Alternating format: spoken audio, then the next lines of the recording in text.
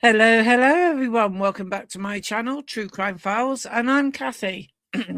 How is everyone on this chilly Sunday today? The weather's been all sorts. It was quite mild first thing, then it rained, and then the sun came out, and now it's gone all cloudy again. So I don't think the weather knows what it's doing. You have to excuse me, I've got a frog in my throat today. But oh dear. I haven't touched up on this subject. Oh dear me. Haven't touched up on this subject for a while now. Mainly because I think, if I'm really honest with myself, I think I was getting a bit bored. I know the word bored sounds not very nice. Oh dear me, hang on. It always happens when I come to do a recording. Yeah, as I was saying, I've come a little bit bored with the situation. Not because of the amount of media attention it's been gaining, but because nothing seems to be moving forward. You know, I forget how many days now, 69 are we? It's been a long time. And when the news first broke back in February, I did not expect this case to still be active now. There's a lot of mistakes NANOS has done wrong. He's lied to everybody. He's got a shady background, to say the least. I personally don't think he should be the sheriff anymore. I reckon someone else should take it over. There has been, what's the page called?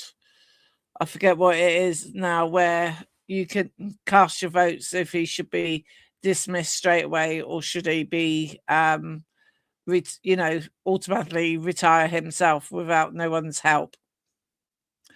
And, also out there on the media side of things on YouTube, there's a lot of fake news going around, and I've fallen for some of it. I know some people that are true crime creators may use an AI voice over their thing, so that doesn't make them being classed as fake or clickbait.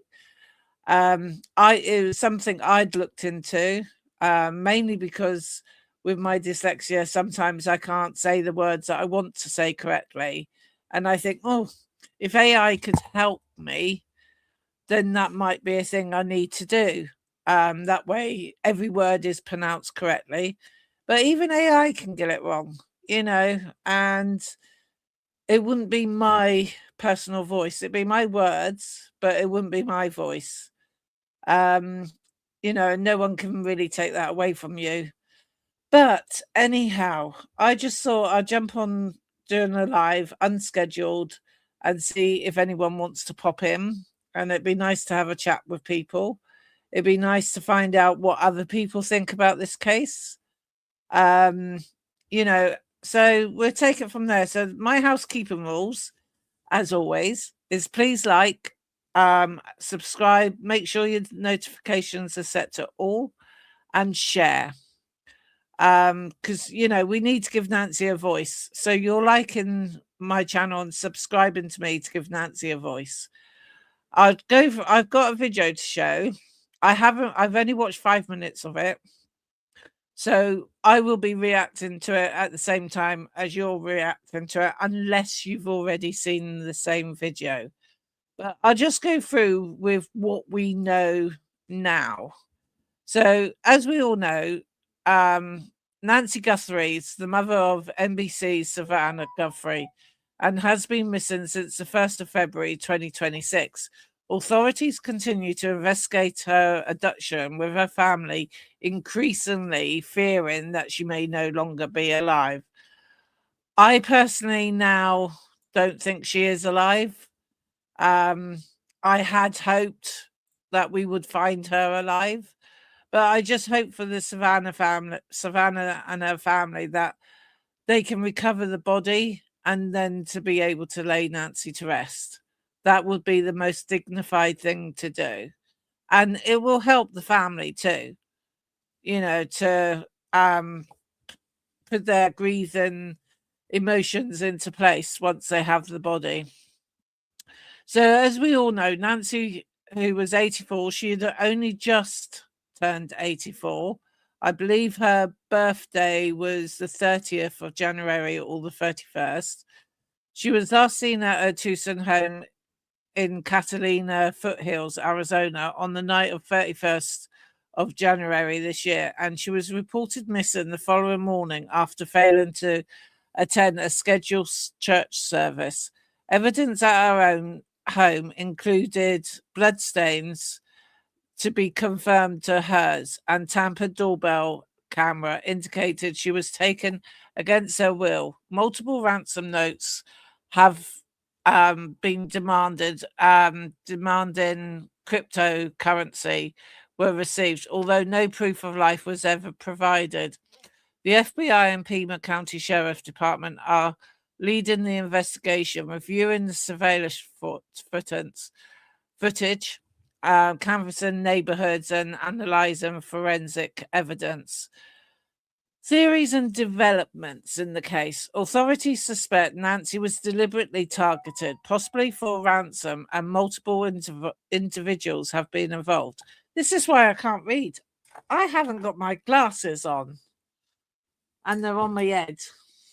Right. Oops, let's give them a clean. Right. That's better. Right, so I'll start again. Authorities suspect Nancy was deliberately targeted, possibly for ransom, and multiple individuals may have been involved. Former law enforcement officials theorize that she may have been taken to Mexico to receive necessary medication due to her limited mobility and her chronic health conditions, although some believe she may have died during captivity. Investigators are examining potential surveillance activity in the neighborhood prior to her disappearance and reviewing all digital evidence from mid-January through to early February. The current status, as of late March, Nancy Guthrie has not been located and no arrests have been made. Law enforcement continues to pursue leads, including DNA evidence and new photos recovered from the cameras on her property, while cadaver dogs are currently not in use. Now, I don't know why they put them. The desert is a big area, and where Nancy's house is a vast area, but I still think they could have put cadaver dogs in, or sniffer dogs, get an item of Nancy's clothing, let the dog smell it, and let the dog track how they're trained to do. So why that has not been done, I don't know. And I don't know if anyone's actually asked Nanos why they haven't used cadaver dogs. So Pima County Sheriff has warned that the suspect could strike again. In one interview, he said none of the public or the neighbors were, not going to be targeted. They didn't need to be fearing for their safety. But then on the next interview, he says, you need to be more aware where you're living, and the suspect could strike again. So residents of Pima County didn't know, if they were coming or going with the how safe they were going to be. Savannah Guthrie and her family are actively involved in the search and have expressed growing concern that Nancy may no longer be alive, though they continue to hope for a safe return. Savannah returned back to work on the Today Show, and then as soon as she returned back to work, bang, 2 notes arrived at TMZ. I think it may be someone that is deliberately targeting Savannah. Because it seems weird that the notes went all quiet for a few weeks, and then the day that Savannah turns back to work, the notes come in. But I hope she carries on with appearing on the Today Show. You know, she doesn't need to let these people to get her down, even though it must be really hard for them to put on such a brave face with everything that's going on around them. But Savannah still remains focused on supporting her family and the investigation. Nancy Guthrie's case remains unsolved, with law enforcement actively investigating her abduction. Evidence suggests a targeted kidnapping, possibly involving multiple perpetrators, and her family is preparing for the possibility that she may not survive. Investigation continues with forensic analysts, surveillance review, and public appeals for information. Now, that's what we know as of today. But I want to play this YouTube video. Where did I put it? Oh, a minute. I think it's in my saved. Watch later. Oh, there's only one of them. So I'll stop her a minute. No, stop. Wind you back to the beginning. Right. Behave yourself. So this is the crime analyst. If you get a chance, go to her channel and subscribe to her. I will now stop this screen and share this screen. I've only watched about 5 minutes of this, so unless you've seen it before, this is the first time I've seen this today. So just make sure it's all going to show up. Right, let's enlarge the screen. And I should put my headphones on, otherwise I'm not. Ashley Banfield, who hosts her own podcast called Drop Dead Serious, is breaking exclusives on this case like nobody's business. And yesterday, she had quite a doozy. I'm going to bring her on. She's going to explain what she learned, but she reported exclusively that they actually do have a potential suspect in the case. And the identity is rather shocking. I'm going to bring her in now. Ashley Banfield, thank you so much for joining us. So tell us what you say, very reliable law enforcement source told you about a possible suspect in the case. Sure. So after almost 4 decades in this business, I've collected a few friends at the FBI and in local law enforcement all over the country. And the source that I have is impeccable. And he said that not only were the cameras smashed, plural cameras smashed, so that the suspect likely knew about the locations of them. The car belonging to the sister of Savannah Guthrie, Annie Guthrie, was towed, impounded, and taken into evidence. And this is the wording. It's very important. The wording is very important. He said they now believe the son-in-law may be the prime suspect. Those are the words. Son-in-law may be the prime suspect at this point. And well, I know for a fact there's one crime creator out there that will be going, yes, this is what I've been saying from all the time. And that's Jay Scott from Guilty of Crime. So if you get a chance, please go to her channel, sub up if you can, click and like her videos as well. She's been very supportive of me starting my new channel. And all my appreciation goes out to Jay. I email her regularly. She might get a bit fed up with me emailing her most days, but I've taken to Jay like I drink my coffee. I love my coffee and I love Jay. I love the way she does things. I love her theories on things, and she don't take no bullshit. So if you want another creator, if you're not already subscribed to, please go to Jay Guilty of Crime, her YouTube channel, and subscribe and click all notifications. And if you're a member on her channel and your name's in green, every so often her and her mods give things away.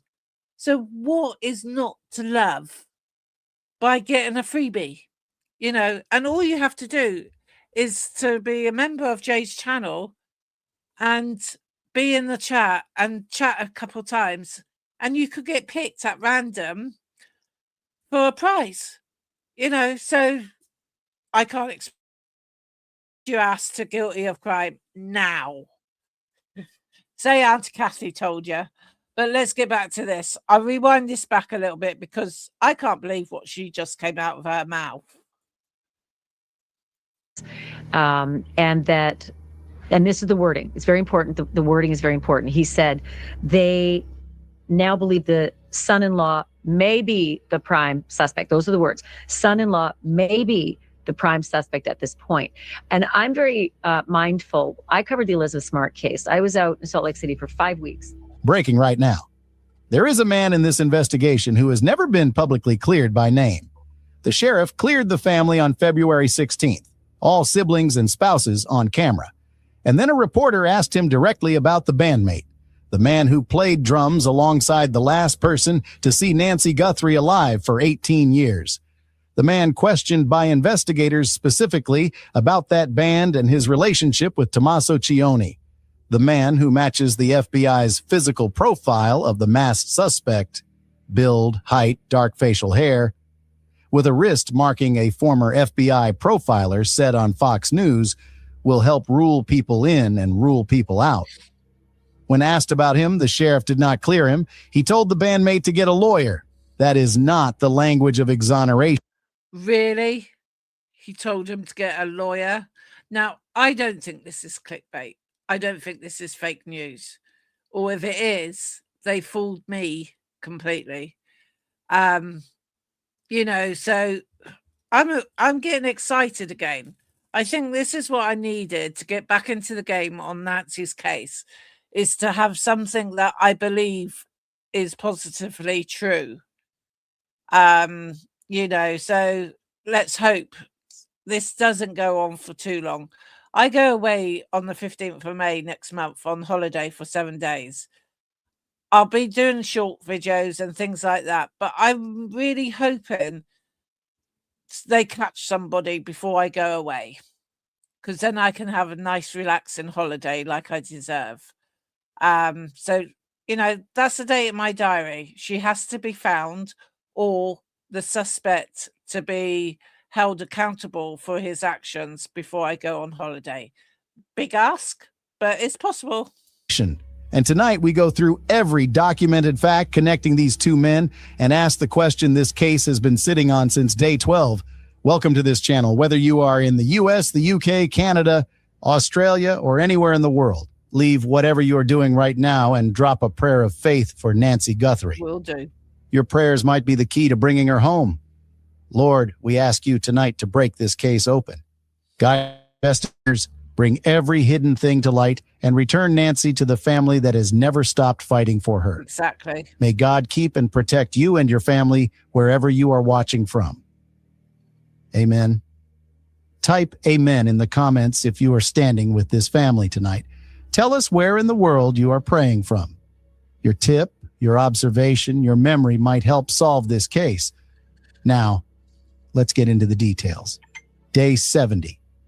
April 11th, 2026. No arrest, no named suspect, no confirmed location for Nancy Guthrie. Here is where the official record stands. The FBI released doorbell camera footage recovered from residual back-end data on February 10th because Nancy did not have an active cloud recording subscription. On February 12th, they released the formal physical description of the masked suspect. Male, 5'9" to 5'10", average build, black mustache, 25-liter Ozark Trail hiker pack sold exclusively at Walmart. Armed with a gun and a holster with unique characteristics confirmed by Sheriff NANOS, multiple ransom notes arrived at media outlets, never to the family directly. Deadlines passed. Silence followed. On April 6th, the same day Savannah Guthrie walked back onto the Today Show for the first time in 2 months, new notes arrived at TMZ claiming Nancy was seen alive in the Mexican state of Sonora. Their legitimacy has not been confirmed. Sheriff NANOS told NBC News last month that investigators believe they know the motive but will not disclose it publicly. He also confirmed the suspect could strike again, and the Pima County Board of Supervisors has given NANOS a 10-day deadline to answer questions under oath or face potential removal from office. Good. That is the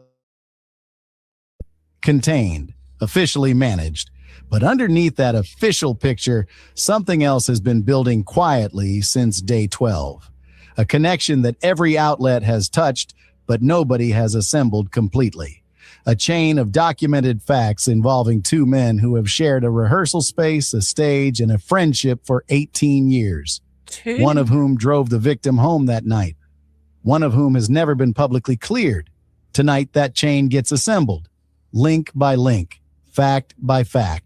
Before the evidence, the men. Because the humanization matters. The more clearly you see who these two people are, the more weight every documented fact that follows carries. Early Black formed in April 2007 in Tucson, Arizona. Dominic Evans on drums found Walter Gonsalves on guitar through a Craigslist post. Tommaso Cioni on bass and vocals answered a Tucson weekly newspaper ad. 3 men, 2 ads. One band that has played together for 18 years. They recorded a debut album titled Life, Love, Murder at Loveland Studios in 2010. Gigged locally in Tucson, Phoenix, and Flagstaff. Never broke big. A hobby band. Friends making music because they wanted to. Tommaso Cioni is 50 years old. Born in Tuscany, Italy. Tucson resident since 2006. AP biology teacher at Basis Oro Valley for 15 years. Married Annie Guthrie, Nancy's oldest daughter, in 2006. They have 1 son. He is the last confirmed person to see Nancy Guthrie alive. He dropped her home at 9:48 p.m. on January 31st, watched her enter safely. Garage door closed at 9:50. His Honda CR-V was impounded on February 2nd, day 2. It is still in law enforcement custody on day 70, currently being physically reassembled at a mechanic shop in Tucson.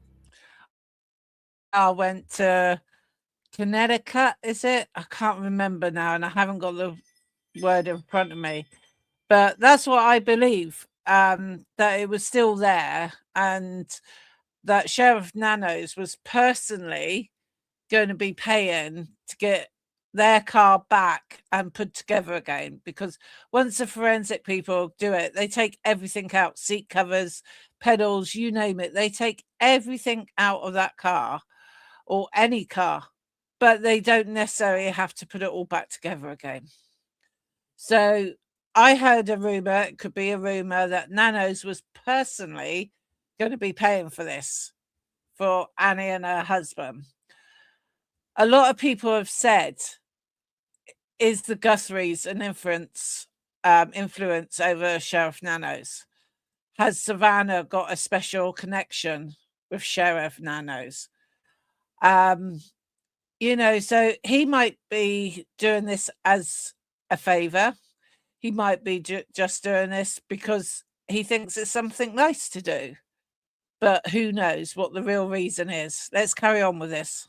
Dominic Aaron Lee Evans is 48 years old, elementary school teacher, Tucson resident, early Black drummer since the band's founding, 18 years alongside Cioni. Average build, dark mustache, and goatee.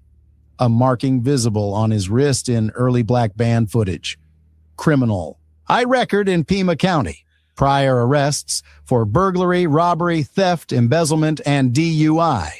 Megan, half-hour conversation 2 days ago. I watched it. The sheriff, yeah. And I specifically said, so are you telling me, when you said that she did not walk out of that house on her own, I said, are you telling me that she might have been carried out of that house? And I used the word over the threshold of the front door. And he said, I didn't say front door. But he didn't say no carried. But when he said, I didn't say no to the front door, and then, you know, and I'm getting about the back door, it's pretty safe to say, well, that makes perfect sense. However, why is there blood at the front door? And Brian Enton said he couldn't find the trail continuing past to the walkway that would take you to the driveway. Now it is gravel, a little harder maybe to see any blood, but not impossible. So I'm trying to go. But couldn't they have gotten her in the car, Ashley? I mean, like, I'm picturing a scenario where couldn't all those facts be consistent with they came in through the back door, then they got her, then they brought her out the front door after injuring her. Then the blood trail continued just to the driveway. Well, it didn't. Where they then put her in a. That's the problem. It ended well prior to the driveway. Yeah, the blood trail is just at the front door on those tiles. Then the gravel starts right away, and it's a walkway to the driveway, and it's not close. I mean, it's a bit of a ways. Nancy Guthrie can't walk 50 yards. Pardon me. Nancy Guthrie can't walk 50 yards on her own, so she would need assistance. And if you're bleeding and you've been in some sort of a melee, that would be even less. Right. So I was going through the scenarios in my mind. Okay, maybe the front door camera is smashed, and the doorbell is rung to get Mrs. Guthrie downstairs, because that would be difficult in the middle of the down those stairs. So the confrontation might happen at the front door, right there at the tiles. There's a struggle. And then because the car is not parked right out front where all that could be visible potentially, maybe the car is around the back, and that's why they go out the back door. And because is that a possibility? Struggling, I have no idea. Could a car be parked in the back? I don't know, because I see with drone video whether the car could get out into a darker spot or maybe out of camera view because the smashing has to happen.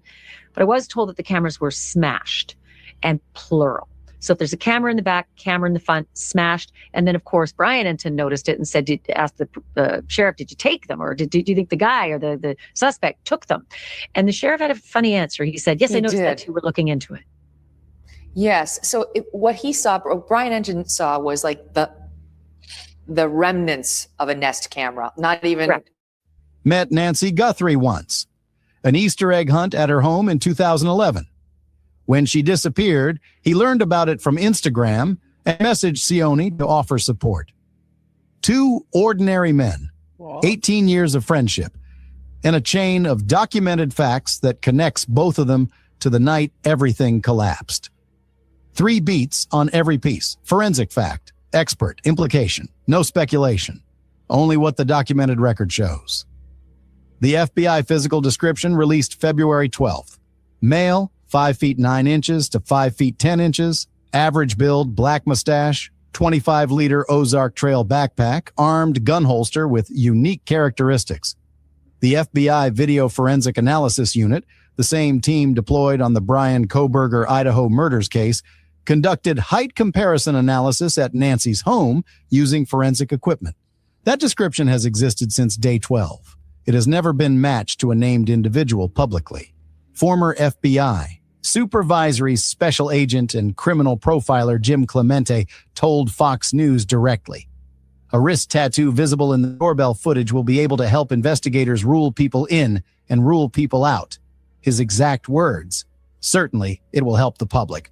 Online investigators published side-by-side comparisons of Evans' eyes, facial structure, dark mustache, build, and the marking visible on his wrist in early black band footage against the doorbell stills. Former FBI Special Agent Jonathan Gilliam appeared on the Megyn Kelly Show on March 18th discussing iris scan analysis, tattoo analysis, and interstate surveillance photos as active investigative tools in this specific case. The FBI Video Forensic Analysis Unit has had this footage for 70 days. Their comparative results have never been made public. The masked suspect visited Nancy's door on at least 2 separate occasions before February 1st. Confirmed by FBI footage recovered from back. Now, why hasn't the FBI made that public? You would think that is one of the first things they would do.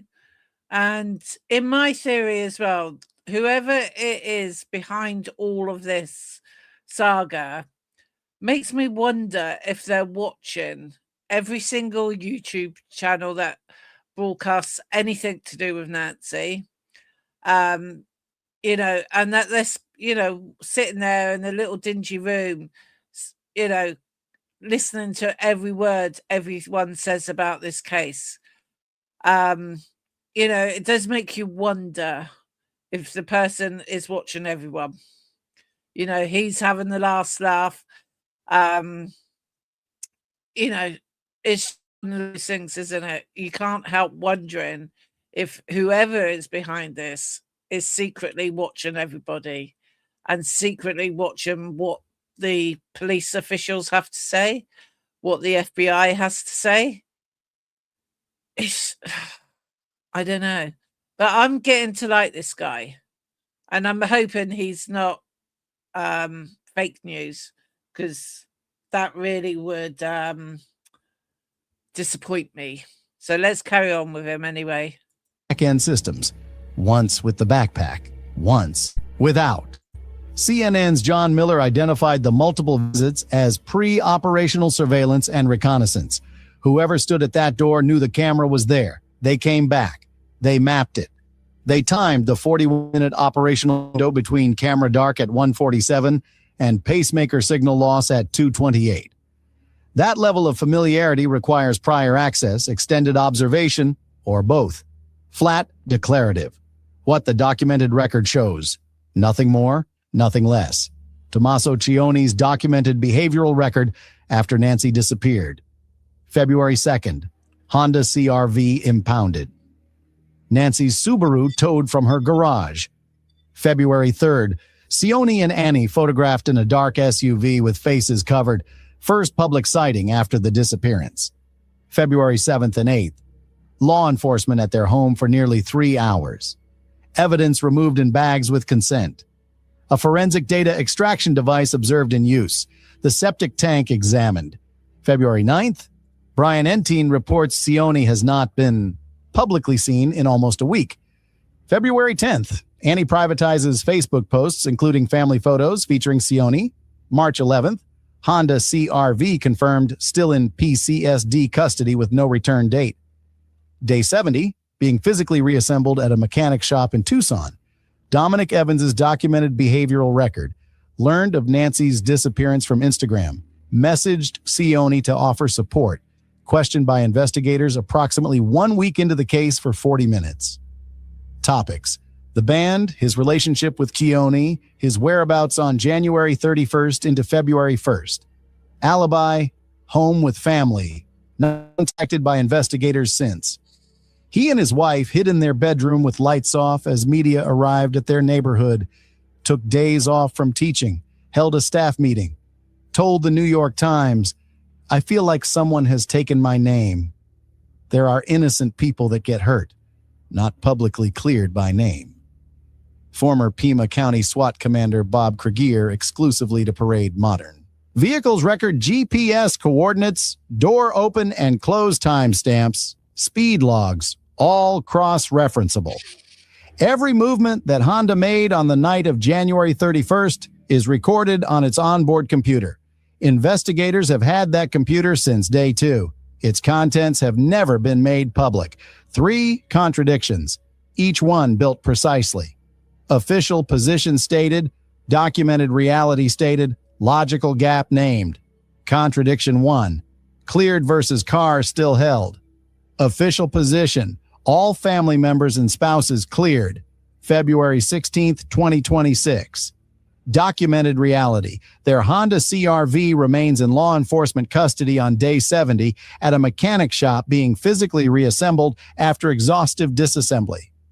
The logical gap, a cleared owner's vehicle does not stay at a mechanic for 70 days unless it continues to produce investigative value independent of who owns it. Clearing a person and continuing forensic examination of their vehicle are 2 separate investigative tracks running simultaneously. 70 days of vehicle custody is the answer to a question the sheriff has never asked out loud publicly. Contradiction 2, the clearance that did not include Evans. Official position, all siblings and spouses cleared. Documented reality, when Sheriff NANOS was asked directly about Evans, he expressed sympathy, suggested Evans consult attorneys about potential libel claims, and declined to clear him by name. His exact words, "I wish I could jump out and defend every single one of them that has been falsely accused." He did not say Evans was falsely accused. He said he wished he could defend them. Clearing someone costs nothing when the evidence supports it.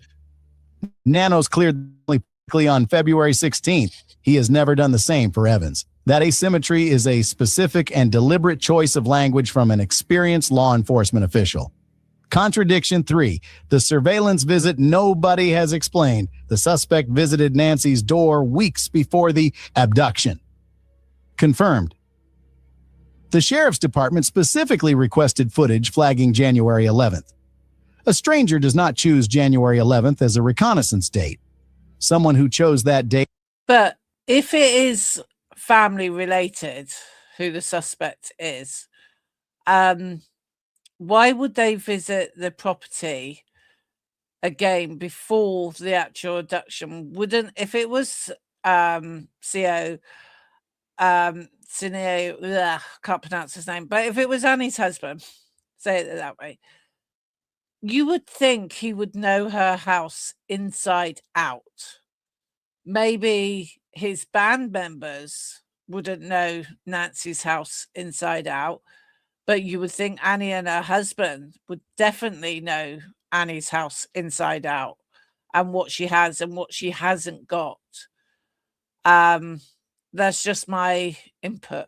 It had a reason connected to that property, a reason that required knowing what was there before February 1st.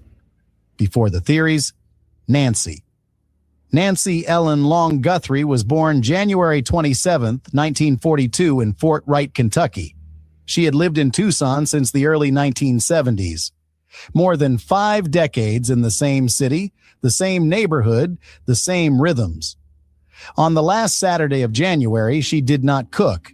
She was a guest. She took an Uber to her daughter's house. She had dinner. She let someone drive her home. She walked through her own front door. Her phone was on the nightstand when investigators arrived. Her medication was on the counter. Her handbag was where she left it. She did not leave voluntarily. Not one thing she owned suggested she did. Now, the 3 theories the assembled evidence generates. Theory 1, unconnected outside actor. Someone surveilled Nancy independently. The Sione-Evans connection is coincidental. Evidence against. Pre-operational surveillance required property knowledge a stranger does not acquire from a search engine. Theory 2, inside knowledge, outside actor. Neither man physically present, but someone in their orbit provided operational intelligence, property layout, camera positions, the desolate escape route, evidence for the Honda forensic hold, the specific questioning of Evans about his relationship with Sione. Theory 3, the full connection, the last sighting, the car still in custody, the physical match, the criminal record, the wrist marking, the pre-surveillance visits, the asymmetric clearance. The question the assembled evidence generates is not an accusation. It is a number. How many coincidences before coincidence stops being the explanation? Day 70. No arrest, no named suspect. The Honda is at a mechanic being put back together.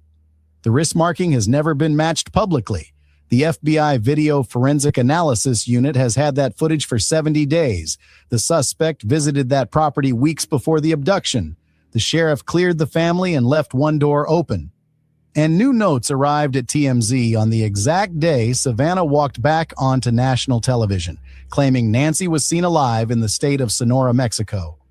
The tip line is 1-800-CALL-FBI. The reward is over $1 million. Anonymous. No identification required.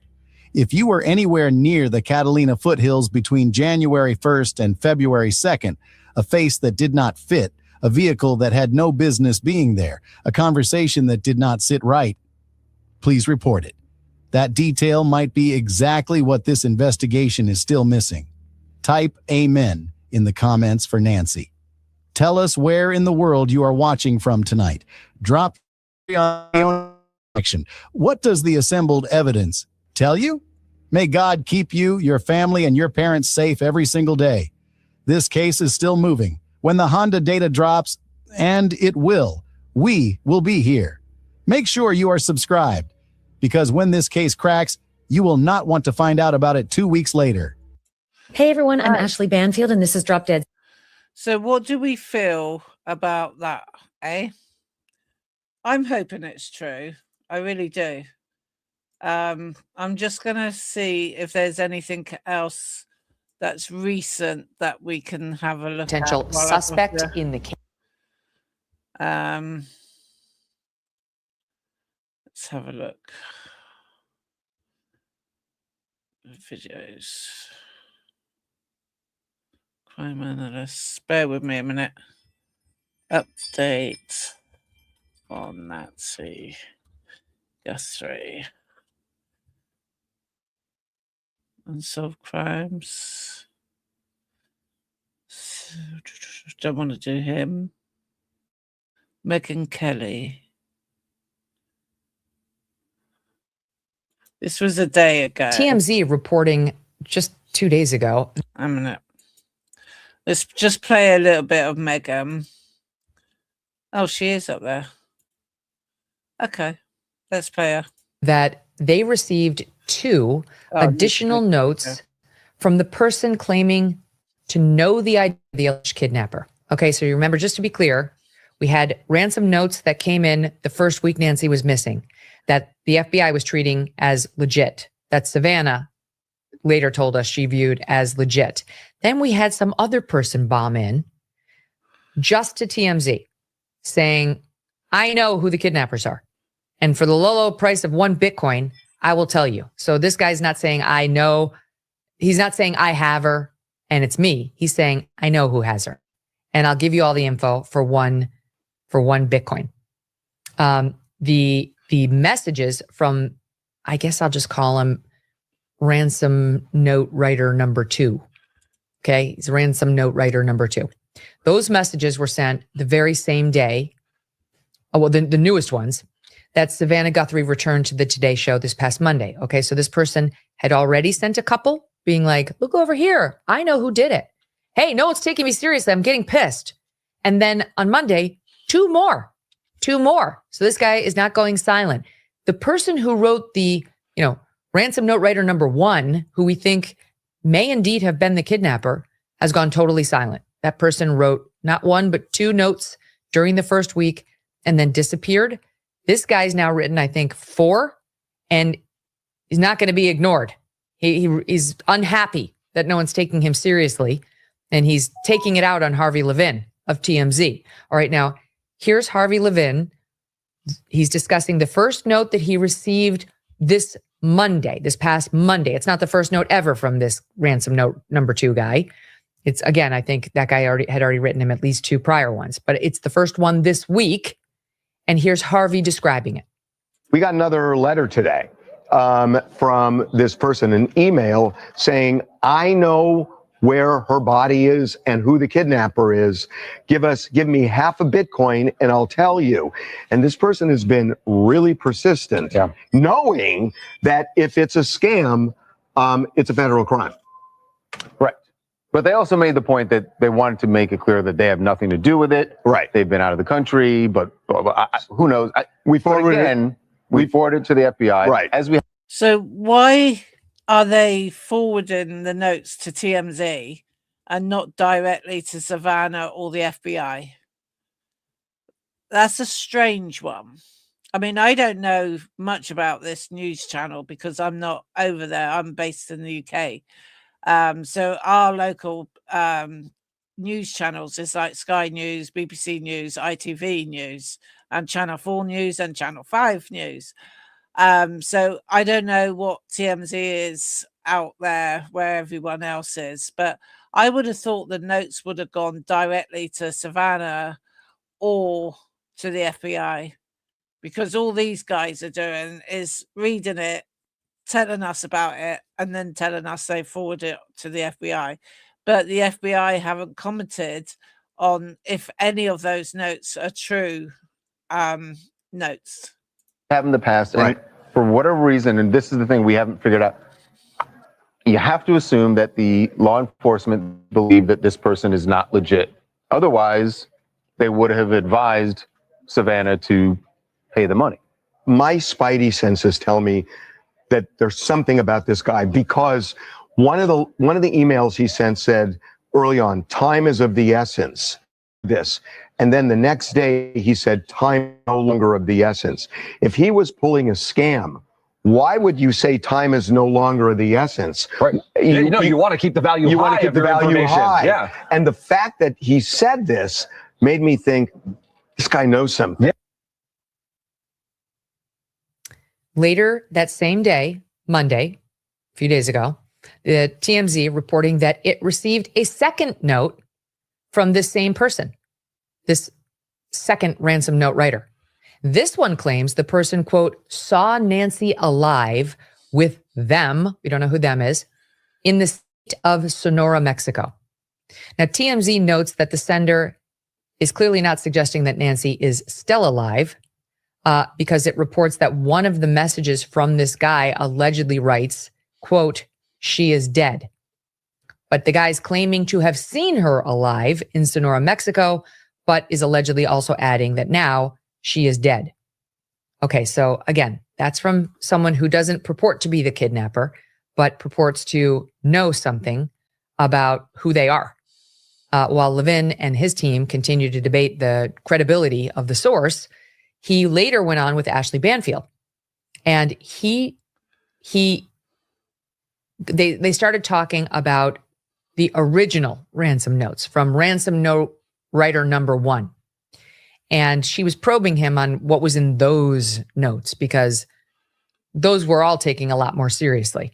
This other guy, I don't know. We'll ask our panel what they think in the wake of this new info. But those first 2 notes that came, you remember, these are the ones that said, pay us off by Thursday and the price will be $4 million, or pay us off by this upcoming Monday, which would have been 8 days after her kidnapping, and the price will be $6 million. Those are the ransom note writer number 1. That's what he apparently wrote in his 2.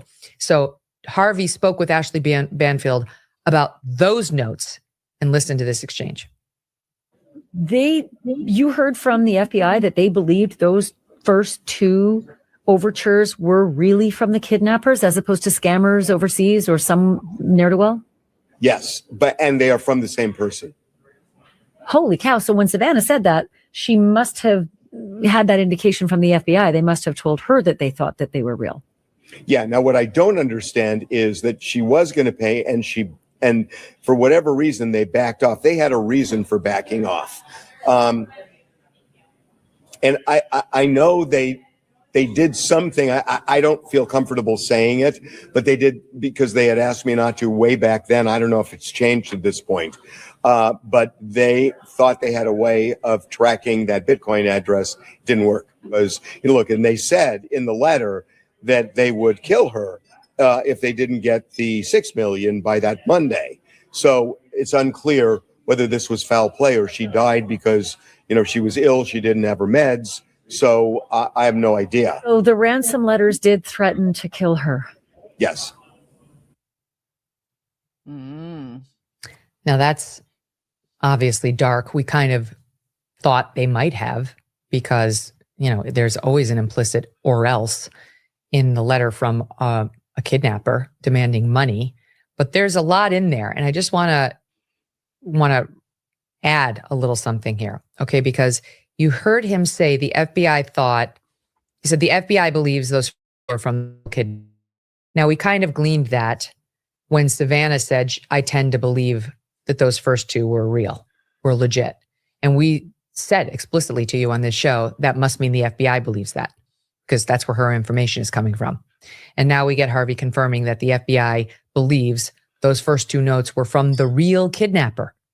And so, of course, the next question is, why didn't they pay? If they all believed those notes demanding $4 million and then $6 million were from the real kidnapper, why didn't the family pay the ransom? And wouldn't that have been a great follow-up question for... Or even if they paid part of the ransom to prove whether or not the person that sent those notes is legit. That's what I would have probably done if I was in a situation. And I know Savannah said she wanted to pay them, but the FBI told her not to. So it may be not only has Sheriff NANOS cocked up on this timeline, that the FBI might have also fucked up as well. So, I think this is why I started losing a little bit of interest in this case, because we kept on hearing various theories and developments, but nothing was conclusive, you know. And I really didn't expect this case to go on this long. You know, I thought it'd be done like the Tepes case was. It was done in 10 days. They found the person that did it in 10 days. So, you know, but I can't understand why they did not take out cadaver dogs. That to me would have been their first port of call that they should have done. But let's face it, Nanos from day one has fucked this investigation right up. He really has. You know, I don't know if he would know what even comes out of his own backside. You know, it's devastating, and I really feel sorry for Savannah's family. Hoda Kotb to ask Savannah if she could get past her own sniffling and fake crying. Maybe we could have gotten that, but we didn't. So Harvey adds on that they were going to pay, but they backed off for some reason. That's very interesting. I had never heard that. The family was going to pay, but backed off for some reason. And then he speculates there saying maybe it was because, is really what he's intimating, that the FBI thought it had a way of tracking the person writing those notes. Because remember, the person writing those notes was also demanding to be paid in Bitcoin. And there was a Bitcoin account number in those first two notes. And he said they thought they had a way of tracking that person and the account, but it, quote, did not work. And he said he didn't want to reveal too much. He promised them that he wouldn't, but it didn't work. Well, he already revealed, and the local Tucson station that got the second note, remember there was the first note saying 4 million or 6 million, and we've got her. And then there was a follow-up second note that only went to one Tucson local station. We know very little about it other than it was from the same person and it had the same Bitcoin account. We've had some debates about some unconfirmed reports about what was in it, but we don't know what was in it. In any event, a local station. So Harvey did report at the time that the FBI was considering doing something with the Bitcoin account to track the guy. And the local station expanded on Harvey's reporting. He may have forgotten that he said that, because there with Ashley, he's like, and you know, I don't want to disclose, I don't want to say what they did to try to track the Bitcoin account that was in the first two notes. Well, here's what he said back on February 10th. Listen to this. It's at 23C. We're now 24 hours and 25 minutes past the deadline for that payment. And I know you have still been checking for any payments. What are you seeing?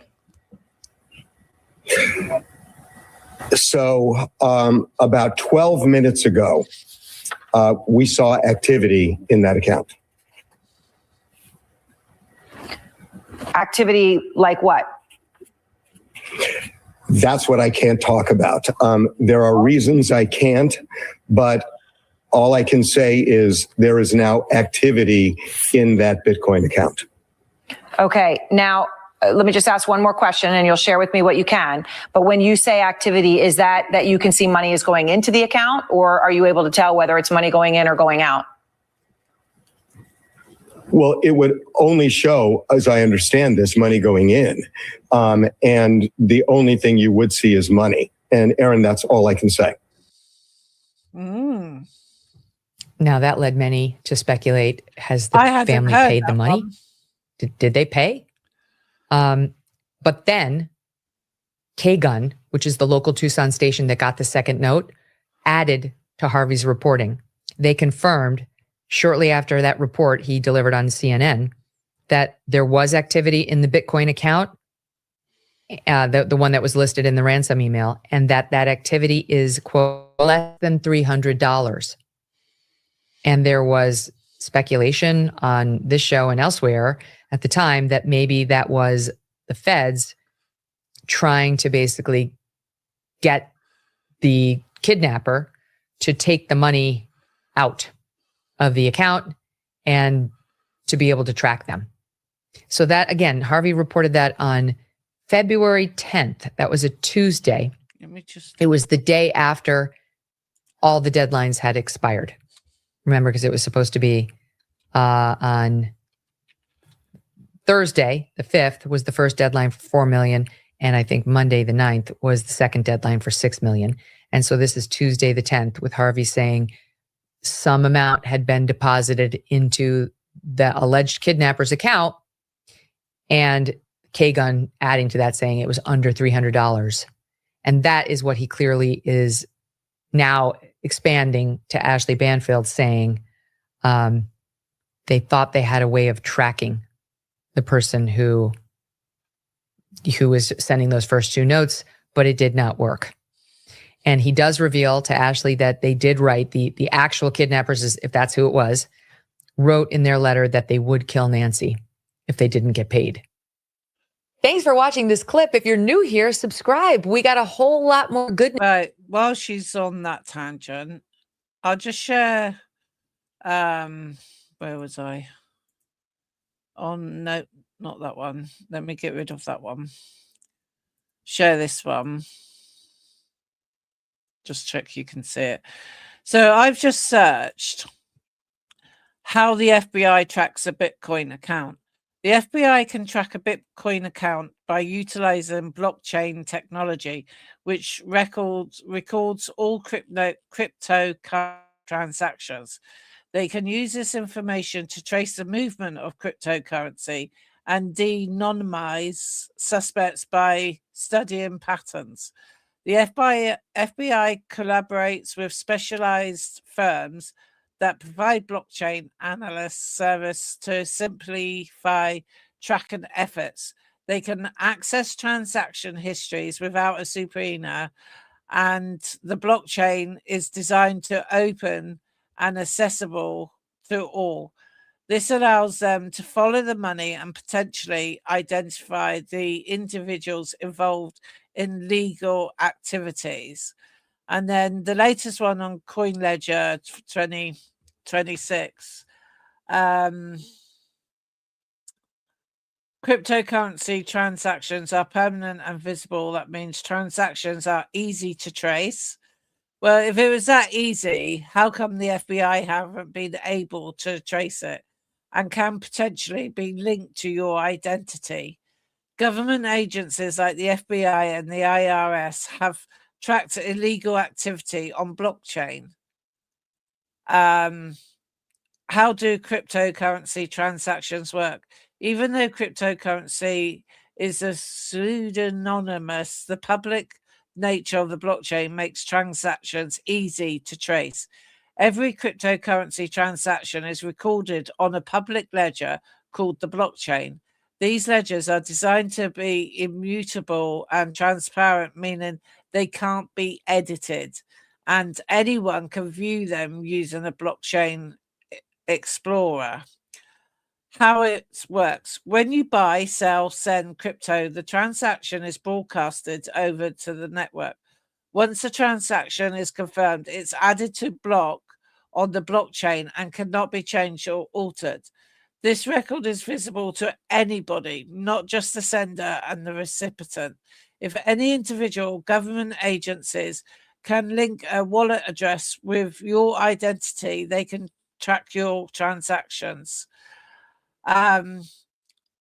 Bitcoin wallets are pseudonymous, which means they don't require you to attach your name, email, or identity to a wallet.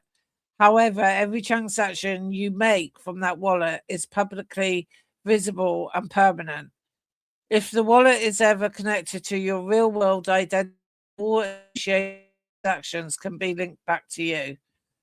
So that's a little bit on the currency and if it can be tracked. And by this, they're making it sound like it's easy peasy as lemon squeezy. You know, so how come the FBI couldn't track it then? There is like, starting in 2026, new regulations will require all cryptocurrency exchanges, centralized and decentralized, to issue form thing, reporting that shows users' capital gains and losses similar to a stockbroker. This means that the IRS will have more resources at its disposal to track taxable income from crypto. And then there's whistleblowers. So can the FBI trace cryptocurrency? In 2021, the FBI recovered $2.3 billion in Bitcoin that the company Colonial Pipeline had paid as ransom to a hacker group. Within weeks of this ransom payment, the agency had trapped funds and seized the hackers' private keys. According to representatives from the FBI, cryptocurrency transparency makes it easier to trace than cash or even traditional bank transfer, especially once an address is flagged. Unlike international wire transfers that often takes weeks or even months to uncover, Bitcoin can be tracked globally and is in real time. Why are Bitcoin transactions permanent? Bitcoin transactions are designed to be permanent to make it easier to trust and decentralize money. Let's walk through some of the pros and cons of Bitcoin. Why it's good is to prevent fraud. Anyone verify transactions. No central authority is required to verify transactions. Why is it dangerous? No reversals for scams or incorrect wallet addresses. Easy to trace wallet and address activity. So, that's a little bit of background on the FBI, not FBI, on the Bitcoin. So let's go back to sharing this tab. Is where that came from. Would love to hear your feedback. You can email me too, Megan, MEGYN at megankelly.com, or just leave a comment below. But join the community by becoming a subscriber. We really, really. So that's all she's got to say on that one. So, right, brings an end to my show. And my next one on Nancy Guthrie will be if there's anything more positive that we know about it, because like I said, I haven't done an all big coverage of Nancy Guthrie because I did get a bit bored because no one seemed to know what they were doing, and we weren't getting any further details from the case. So I shall leave it to that one. Don't forget to like, share and subscribe, and remember what I said at the beginning of the program. Go to J Scott Guilty of Crime on YouTube. She is fabulous. She has a ghost account that she does. You can send her cases, same as me. She's on Twitter, or X as I should say, and she does Facebook now and again. But you can always email Jay as well. Okay then, that's the end of this session. Thank you very much. Bye.